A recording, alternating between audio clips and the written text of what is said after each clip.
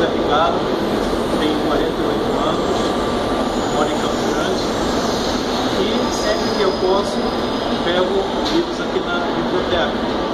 A biblioteca, ela tem me proporcionado vários benefícios, como também, né, ajuda muito no processo escolar, a minha filha, livros, etc.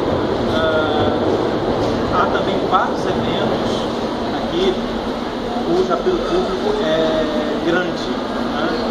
E eu acho muito importante essa abertura que o metrô dá para que haja essa estação leitura, já que, na minha concepção, eu acho que o público tem que ter acesso à cultura, e essa é uma das formas.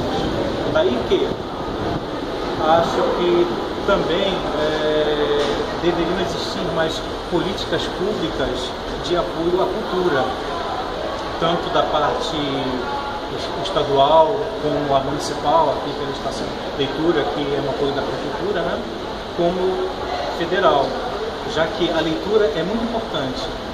A leitura agrega conhecimento e o saber.